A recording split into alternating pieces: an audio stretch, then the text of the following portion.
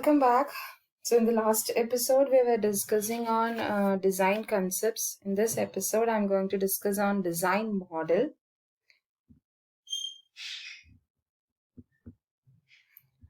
So, design model can be viewed in two different dimensions. That is the process dimension, which indicates the evolution of the design model as design tasks are executed as part of the software process. Okay, so when software process design tasks are being executed, it is considered to be the process dimension.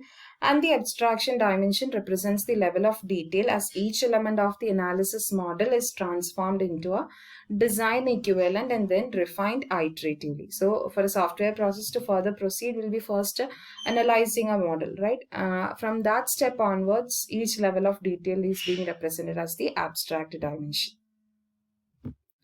So this is the figure which shows the dimensions of the design model. Here the dashed line indicates the boundary between the analysis and design models. Okay, this is the dashed line seen here, right? So this is the boundary which indicates the boundary between the analysis and design model. Now, the elements of design model use many of the same UML diagrams that were used in the analysis model. Only the difference in these diagrams are we are refining and elaborating all these as part of design, and more implementation specific details also provided. Here the architectural structure and style components that reside within the architecture is being specified, and interfaces between the components and with the outside world are also emphasized. Now, design data elements. This is the first design model used. So, the data design, sometimes referred to as data architecting, creates a model of data or information that is represented at a high level of abstraction. High level of abstraction means the user's view of data. So, this data model is then refined into progressively more implementation specific representations that can be processed by the computer-based system. Now, at the program or component level, the design of data structures and the associated algorithms required to manipulate them is essential to the creation of high quality application. And at the application level, the translation of a data model into a database is done to achieve the business objectives of a system. And at the business level, the collection of information stored in separate databases are reorganized into a data warehouse, enabling data mining or knowledge discovery. And at last, it means creation of a data dictionary. This is what a data design element is about. Our next design model is the architectural design elements. Provides an overall view of the software product, which is similar like a floor plan of a house. That is, when we draw a floor plan for a house, we sketch all the things, right? Its width, the height, everything. Now, the architectural model is derived from three sources: information about the application domain for the software to be built, then specific requirement model elements such as data flow diagrams or analysis classes, their relationship and collaborations for the problem at hand, and also the availability of architectural styles and patterns. So, an architectural style is a conceptual way of how the system will be created or how it will work. Here, an architectural pattern describes a solution for implementing a style at the level of subsystem or modules and their relationships. Our next one is interface design elements. The interface design elements for software depict information flows into and out of the system and how it is communicated among the components defined as part of the architecture. There are three important elements of interface design: the user interface, UI, external interfaces to other system devices, networks, or other producers or consumers of information, and internal interfaces between various design components. So, these interface design elements allow the software to communicate externally and enable internal communication and collaboration among the components that use the software architecture. Our next design, while saying about UI design, increasingly called usability design, is a major software engineering action. Here it incorporates visual elements, that is the layout, color, graphics, interaction mechanisms.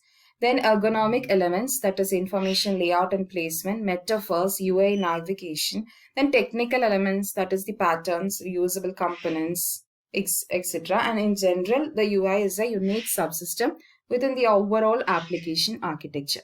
When saying about the external interfaces, we can say that the design of external interfaces requires definitive information about the entity to which information is sent or received. So here in every case, this information should be collected during requirements engineering stage and verified once the interface design commences. The design of external interfaces should incorporate error checking, and whenever necessary, appropriate security features should also be implemented. When saying about internal interfaces, we can say that the design of internal interfaces is closely aligned with component level design, and design realization of analysis classes represent all operations and the messaging schemes required to enable communication and collaboration between operations in various classes. Each message must be designed to accommodate the requisite information transfer and the specific functional requirements of the operation that has been requested. Here all the messages are considered because internal interfaces means only the communications are possible using the internal interface. So this is all about interface design elements. Next is the component level design elements. So component level design for software fully describes the internal detail of each software component. To accomplish this, the component level design defines data structures for all local data objects, an algorithmic detail for all processing that occurs within a component, and an interface that allows access to all component operations or behaviors. Now this is a figure which shows an example. Here a component is represented in UML diagrammatic form. In this figure, a component named sensor management, which is part of home security function, is represented.